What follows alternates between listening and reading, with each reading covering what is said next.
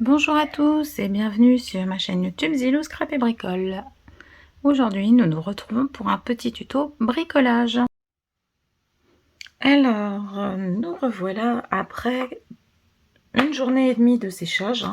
Ça fait à peu près 36 heures que c'est en train de sécher. Donc, nous allons venir voir ensemble un petit peu le résultat.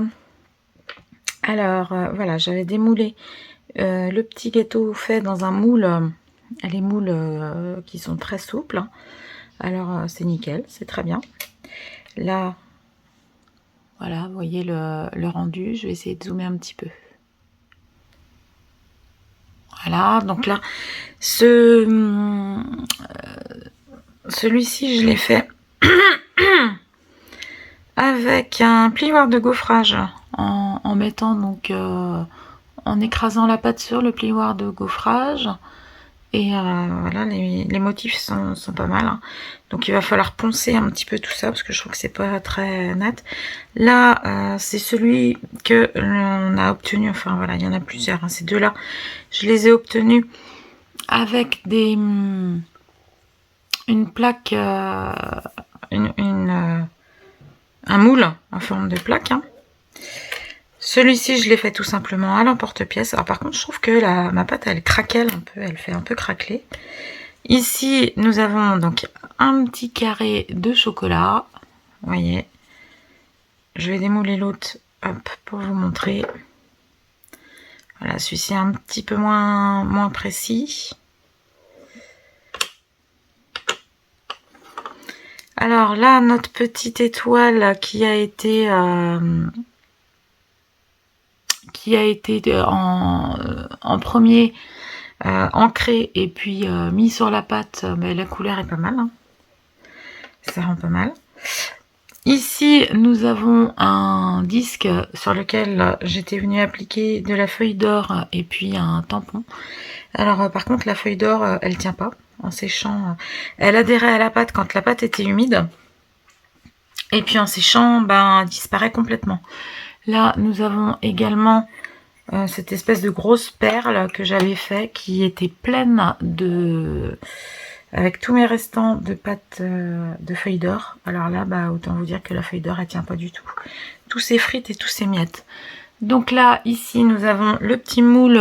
C'est le moule qui est dur. Donc, hop, on va démouler. Donc là, hop, ce petit cœur là, il est pas mal. Hein, assez, voilà, vous voyez, on voit bien tous les petits motifs qui sont assez sympas. Donc ça se rétracte en séchant, ce qui permet de démouler relativement simplement. Donc là, bah voilà, on va avoir juste les petites voilà, à casser comme ça. Et puis il va falloir, je pense qu'il va y avoir un bon travail de ponçage à faire. Alors, bien, moi, je dirais que pour tous les moulages qui sont comme ça, qui ont un motif, ça passe. Parce que, ben voilà, le motif, c'est ce que l'on remarque en premier. Pour tous ceux qui sont lisses, ou qui ont des parties lisses, comme l'éléphant, comme voilà, la petite étoile là qui est fait. Alors, hop, attendez, je vais essayer de...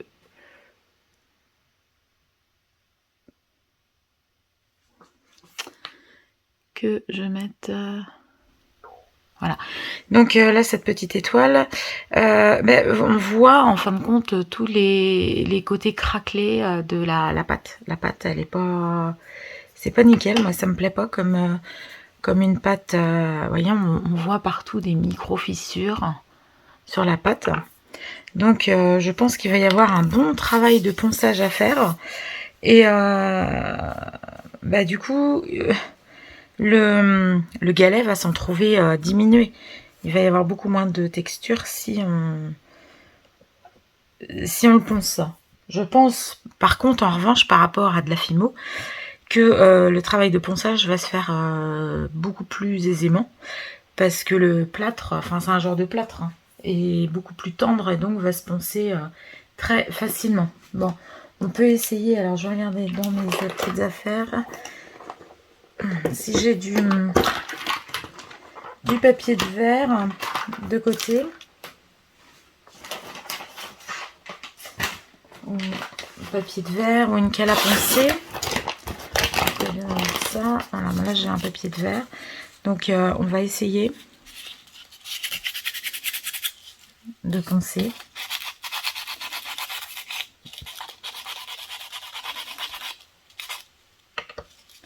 Donc là c'est pour le côté esthétique, hein, bien entendu.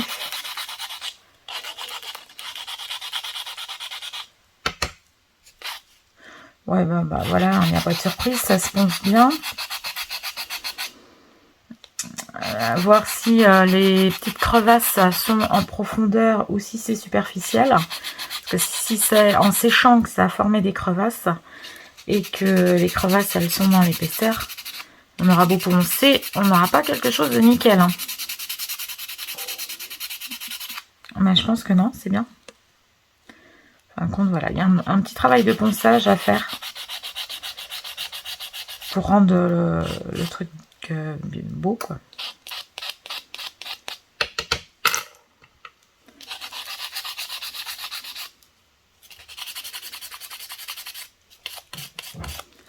Donc bien entendu, je vais pas poncer le côté qui a des motifs. Il y a encore à retirer un peu.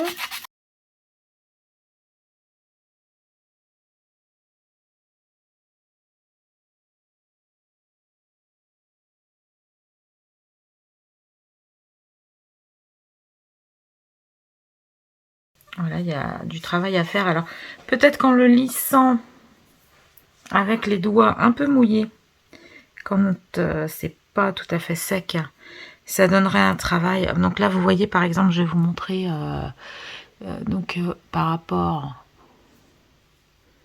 à celui-ci qui n'a pas été fait, vous voyez, après le travail de ponçage, on a quand même quelque chose de plus lisse et de plus joli. Bon, alors normalement c'est destiné, puisque c'est suspendu, ceux-là avec un petit orifice là pour mettre une petite cordelette sont destinés à être suspendus. Donc en principe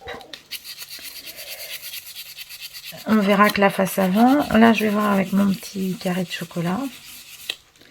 Et puis je voulais aussi faire un essai, donc je suis allée chercher ma colle spéciale pour la dorure. Et on va essayer de voir si ça fonctionne, parce qu'en fin de compte, vous voyez mon papier. Je trouvais que ça pouvait faire sympa hein, de mettre de la dorure comme ça. Ça donne un côté un petit peu fête. Et puis voilà, si vous voulez faire par exemple des suspensions pour les mettre dans le sapin. Alors bien que maintenant, enfin à l'heure où ma vidéo sera postée, je pense que Noël sera passé. Mais ça peut être une idée pour l'année prochaine. Hein. Ou alors pour mettre à vos clés de porte. Moi j'aime bien mettre accrocher des petites choses, des petits pompons, des choses comme ça à mes clés de porte. Alors quand je dis clés de porte, ce sont les clés de porte intérieure. Souvent on a des clés de porte intérieure et puis la clé a le haut de la clé forme un anneau, hein, fait un trou. Donc j'y passe un petit ruban avec un gland ou quelque chose pour décorer. Et là, pourquoi ne pas mettre un petit, voilà, une petite chose comme ça, par exemple, sur un joli ruban ou sur une petite cordelette. Vous suspendez, vous accrochez ça à votre clé, ça pendouille sur la porte, hein, c'est pas gênant. Et puis vous y glissez de temps en temps quelques gouttes d'huile essentielle pour parfumer. Ou alors pour faire un petit, pareil, dans une voiture, hein, pour accrocher au rétro intérieur ou devant les grilles de ventilation, pour y mettre quelques gouttes d'huile essentielle. Pareil. Et puis voilà, donc là, ce carré-là, ben, je l'ai poncé. Donc forcément, le dos maintenant est bien lisse, mais on voit encore sur le devant là quelques petits... Bon, alors après, ça reste une pâte un peu plâtreuse. Hein. C'est pas du tout... c'est pas quelque chose de bien lisse. De toute façon, on le malaxe pas comme de la Fimo. Hein. Et puis, bon, ça n'a pas la même résistance. Mais sur de la pâte Fimo, on ne pourra jamais mettre des huiles essentielles ou de senteurs pour parfumer.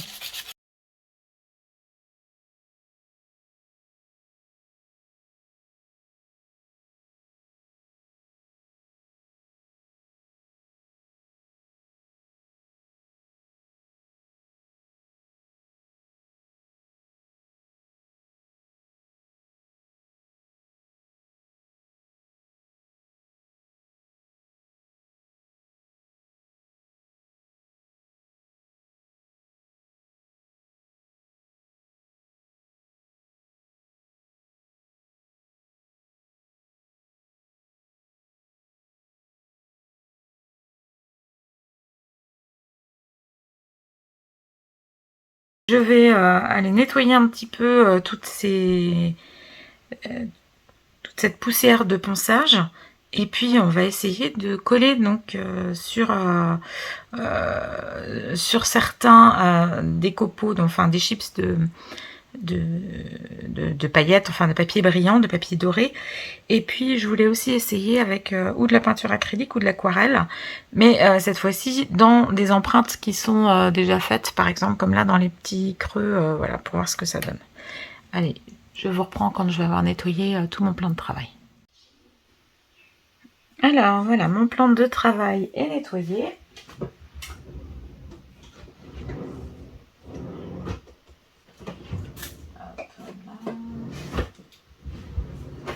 Voilà, donc je suis venue me munir de différentes petites choses. Donc j'ai pris des encres liquides, des encres aquarelles liquides. J'ai pris aussi un tube de peinture acrylique. Alors c'est de la peinture un peu nacrée, hein, avec des petits reflets.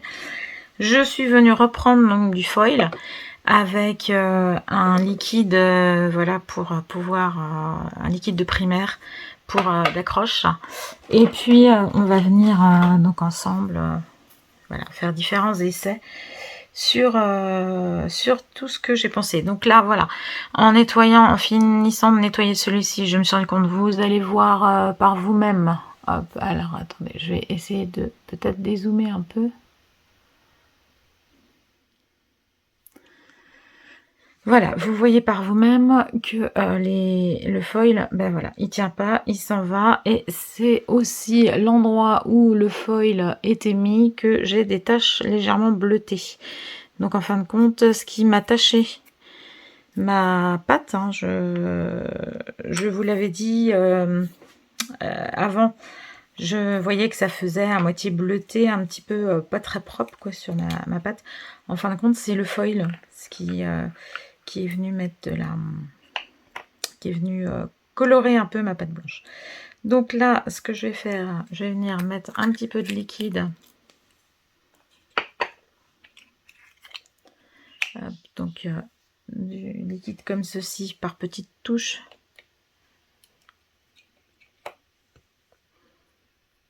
Alors je vais essayer de m'en tenir en mettre là justement aux endroits où c'est taché déjà un petit peu bleuté, de manière à ce que le foil colle à cet endroit là et que ça masque justement les petites taches. Voilà, donc là j'en ai mis. Hop, je vais venir maintenant appliquer. Donc là je vais prendre un pinceau fin.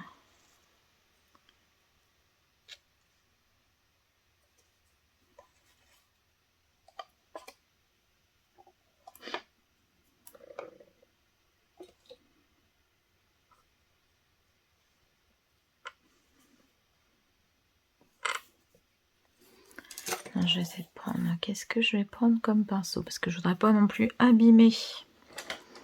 Un beau pinceau en faisant ça.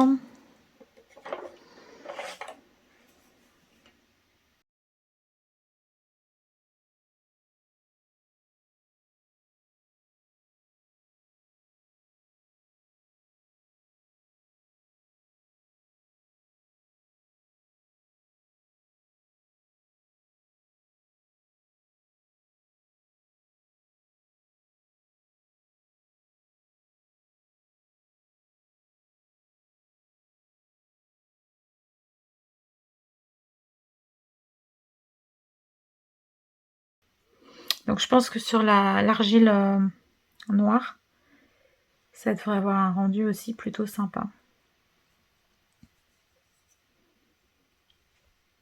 Bon bah moi j'aime bien, hein, je trouve que c'est pas mal. Regardez ce que ça donne. Voilà, ça brille. On voit le côté creux, un petit peu des empreintes. Bon, je vais mettre ça de côté. Donc on a essayé avec le foil. Je essaierai peut-être tout à l'heure Ouais, ou je vais en remettre sur ma petite toupie, là, puisque elle est tachée, elle aussi. Donc, on va essayer de mettre du foil et puis peut-être aussi de l'encre. On va voir ce que ça va donner. Alors, hop, je vais essayer de déposer.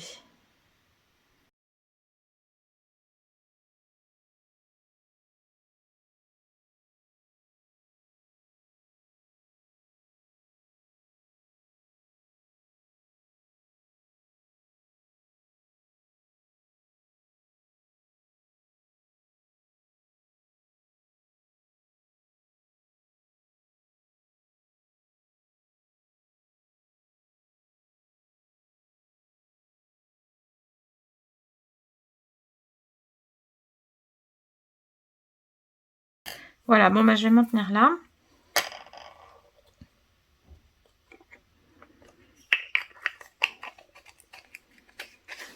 Parce qu'après, on va pas pouvoir vernir de toute façon, parce que si on veut garder toujours, être toujours dans l'esprit de choses pour la senteur, il faut que ça reste poreux. Bon, alors là, par contre, la colle, ça fait chewing-gum un peu. Bah, alors, on va essayer maintenant en mettant de l'encre. Donc, je vais essayer. Alors, on va essayer sur un de ces. Voilà, je prends donc une encre. Des encres aquarelles.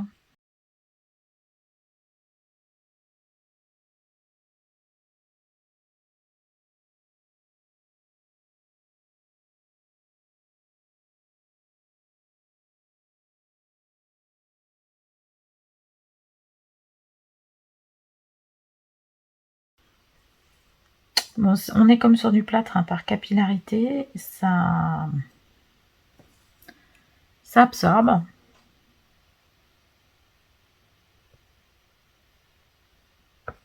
Voilà, ça fuse.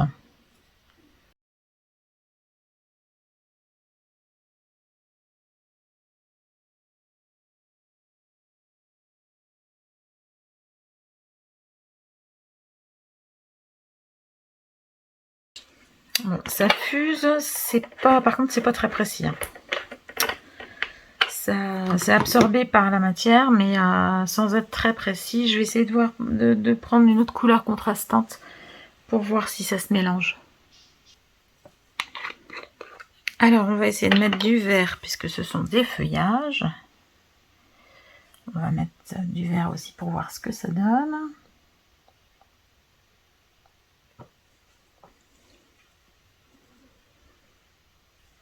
Bon, comme ça, vous découvrez en même temps que moi.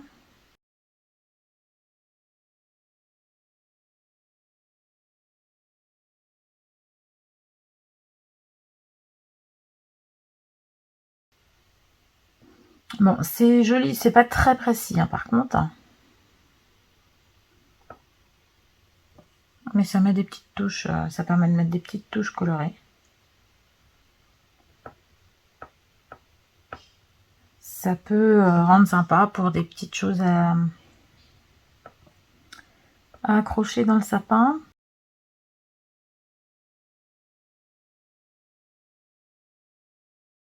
Bon, alors maintenant, reste à savoir, comme ce sont des choses à l'eau. Maintenant, je pense que les huiles essentielles étant des huiles, si on en met dessus, ça doit pas faire, en principe, ça ne devrait pas faire bouger. Alors, on va mettre celui-ci de côté. Et puis là, on va essayer avec de la peinture acrylique.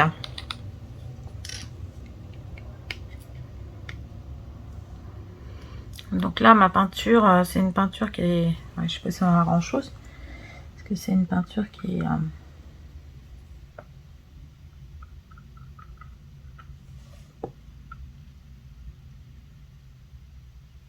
Donc là, j'ai un petit flex, un petit chips de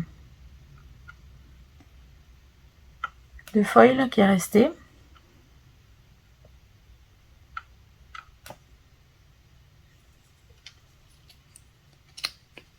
Mais je la laisse, hein, puisque elle est venue se mettre là toute seule. Bon, donc là, ça ne bave pas, hein, c'est avec l'acrylique, ça reste là où je la dépose. En revanche, j'ai pas choisi la couleur la plus judicieuse, donc je vais aller en chercher des plus pétantes, hein, des plus foncées pour que vous puissiez vous rendre compte. Alors, pour un petit cœur, ben, on va venir y mettre du rose. Hein.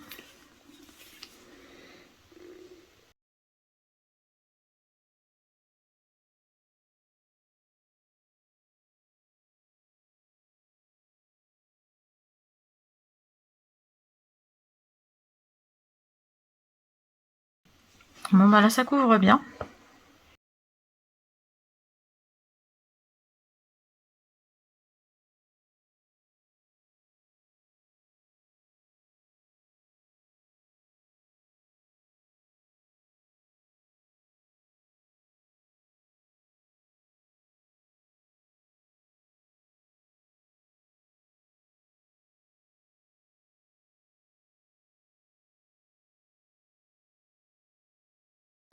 Voilà, bon ben. Donc en peinture acrylique, là, du coup, il n'y a pas de surprise, c'est... Ben, ça bouge pas. Alors, on va essayer aussi sur celui-ci qui a un effet craquelé. En revanche, ça va aller pour décorer parce que je pense que les huiles, ça sera pour essayer après. Voir si les huiles essentielles arrivent quand même à pénétrer. Même s'il y a une petite couche d'acrylique.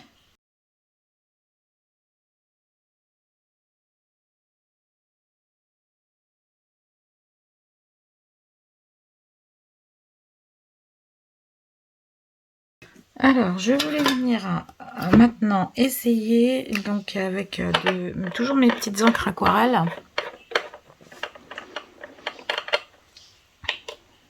Voilà, aller essayer, donc en remettre un petit peu dans ma petite étoile pour voir ce que ça donne.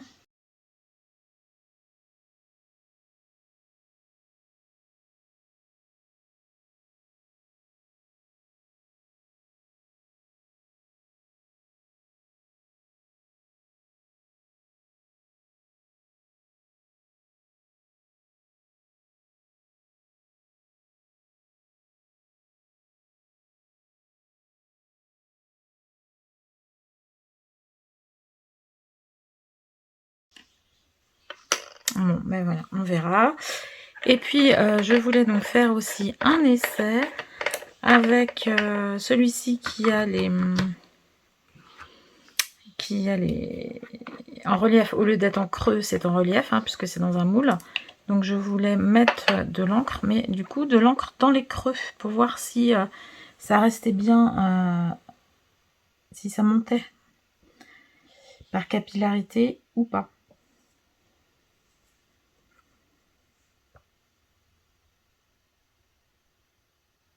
Donc je vais en mettre, hop, ça monte légèrement, mais ça va peut-être pas monter jusqu'en haut. Ça monte quand même un peu.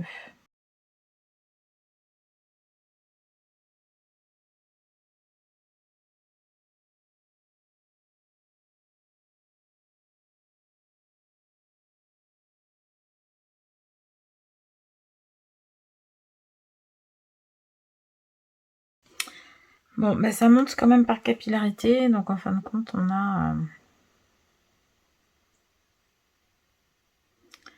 a des parties des reliefs qui se retrouvent colorées, puis d'autres non.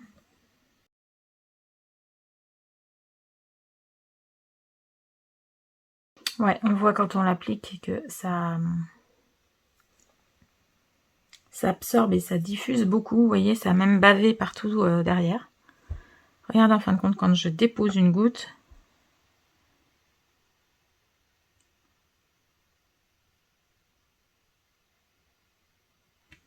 Ça diffuse quand même beaucoup. Hein.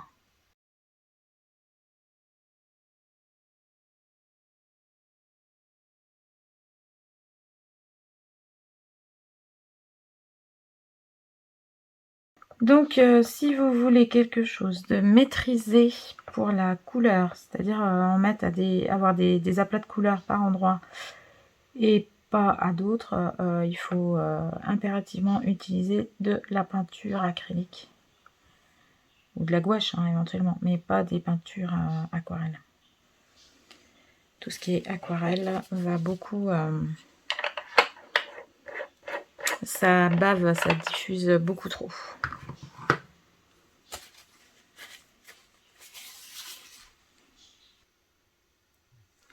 Alors, je voudrais faire un autre essai, peut-être avec donc des pâtes, des cires de chez Stamperia.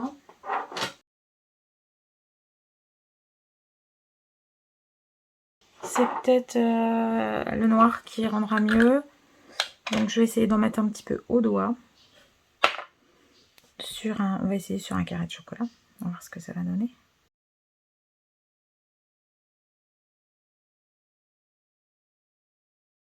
Et je me dis que voilà, d'en mettre du doré ou de l'argenté sur celui-ci, là, le violet, là, une fois qu'il va être bien sec, ça pourrait rendre très joli.